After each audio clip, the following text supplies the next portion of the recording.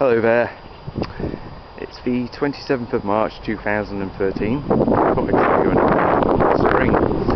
At the moment, though it's going to be the coldest March even, for some 50 years, therefore it actually feels more like January, and over this last 14 days we've been getting intermittent snow that tends to melt as soon as the sun comes out. The good news is 20 degrees C in the day, which is helping germination. We saw these a few months ago at home. I've dried them off and now put them up as the support for the rear of a flower frame. I managed to get some free chipping deliveries from local wood surgeons who were more than pleased to dump it off and not have to pay disposal fees, I presume, but more than happy. It took several loads moving this from the car park. Not vast amount happening. You can remember this in flood. I've raised the soil here from the foundations I've started to build for the new shed and filled the top with chippings. Things are beginning to bloom with the early spring flowers. You saw some daffodils earlier and here's some tulips coming up. Managed to paint the shed, my first shed, and all this will be removed and made so I can have somewhere to sit properly without all this clutter, and we'll remove that when the new shed's up. Excuse me. I haven't put anything in direct yet other than some onions, which we'll show you. There's the garlic in from last year, which we'll see shortly. The easterly winds help dry this soil out, so I've had a first go at preparing it for planting up, which seems a very distant future away. There is a wild plum in flower there, but none of the formal fruit trees are fortunately in flower at the moment, as I think it'd be a very poor pollination set if it was. That's last year's garlic. It's full sun, but we'll see at the back the garlic with some better wind protection is slightly further on and planted at the same time. It's also about going around seeing what maintenance jobs that were missed in the winter, although as I said we're probably still in winter, a late spring.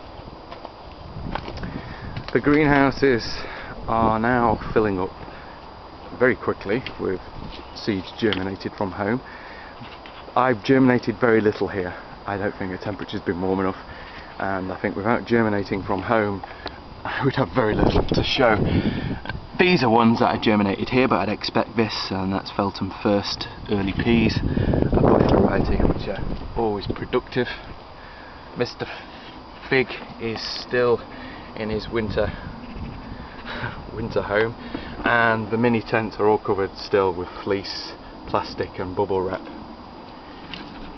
More garlic.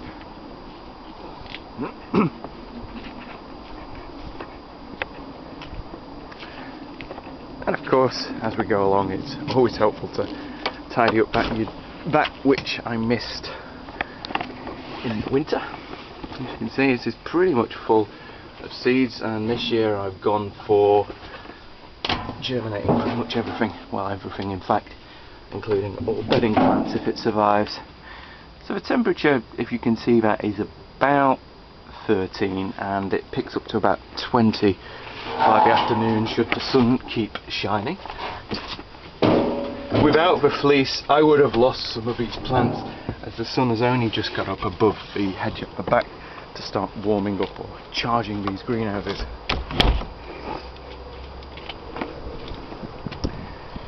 The plastic covering, which is well secured given we've had easterly gales, has been on for a few weeks to warm the soil.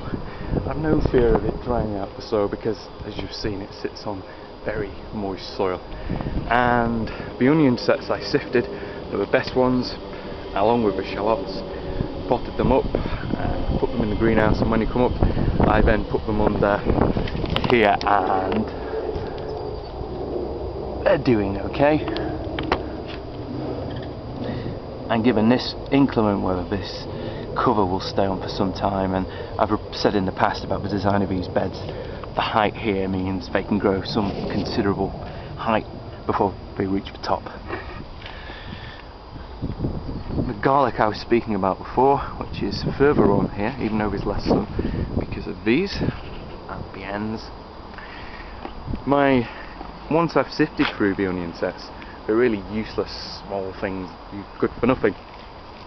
I put them under here, very close together, and I should have some early spring onions. I don't bother wintering them, mainly because this plot is in shade and they do die in harsh frost. This is some Chinese garlic.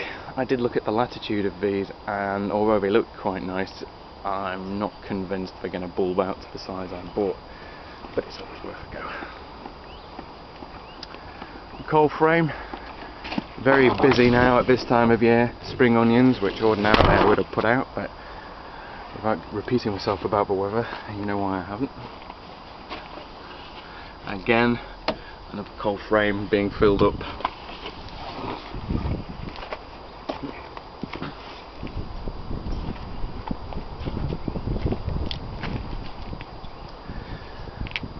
Tidied and ready. I think you remember seeing that in the garage. This is the base of the new shed. I've been busy getting the materials in, including some of the rubble for the groundwork, several bags of sand to smooth it off, flags, some more rubble from someone who would have thrown it away. Good recycling, I guess.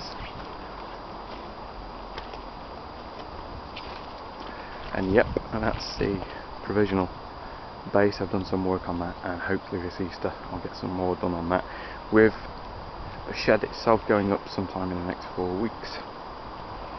And nope, it hasn't flooded since the rain of 8-9 months ceased around Christmas. Fortunately, albeit cold, we've had little rain, so as long as it doesn't start once I sink and waterproof it, because then I'll have a fish pond, I'll be okay. I've always struggled with grass on this north facing piece at the back, so with the chippings I've done this. I just could not be bothered anymore trying.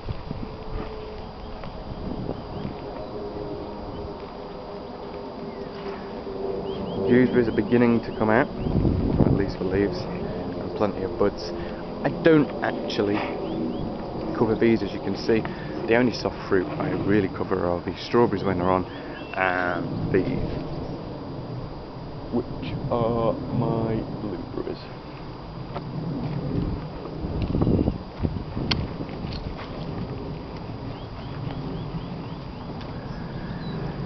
Well, that's about it for now.